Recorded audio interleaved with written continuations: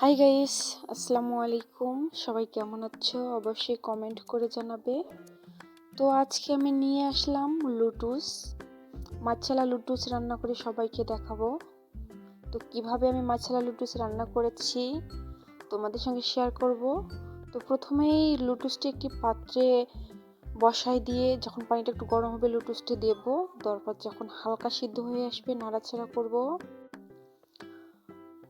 যখন হয়ে গেল তখন একটি পাত্রে পানি ঝরাতে দেব। দেওয়ার পর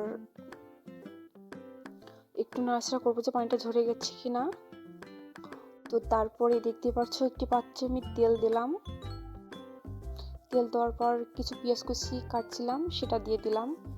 তারপর একটু নাড়াচাড়া করব। তারপরেই আমি দিয়ে দেব গাজর কুচি।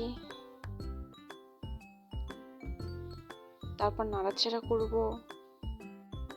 তারপর দিলাম মটর।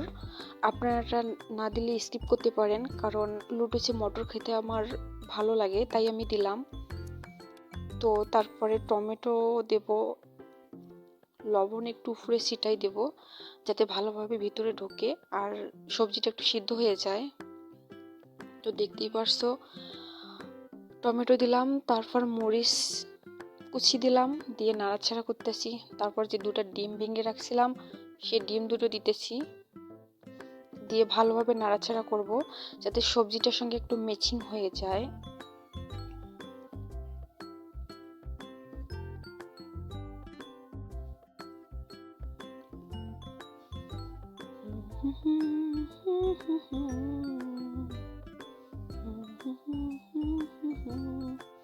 তারপর হচ্ছে লুটুসের যে মশলাটা থাকে সেটা দিয়ে দিলাম,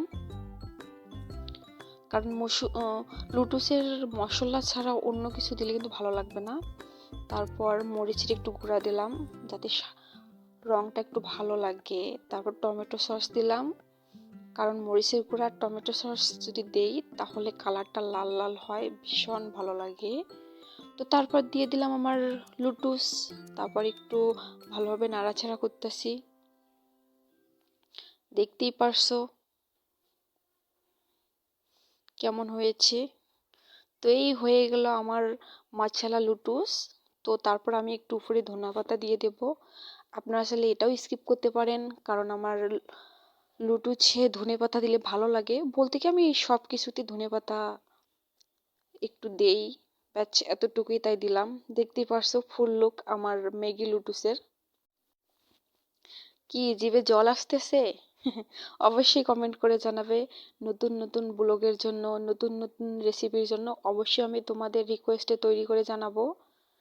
ইনশাল্লাহ ভালো থাকবে, সুস্থ থাকবে নেক্সট ভিডিওর জন্য। Tata, bye bye.